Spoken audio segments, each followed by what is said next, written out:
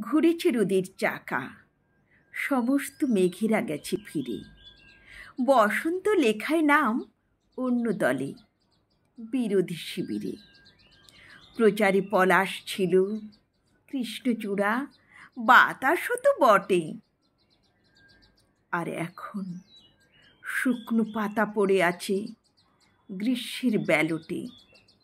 তার কোনো প্রার্থী নেই, অলস দহনটুকু ছাড়া।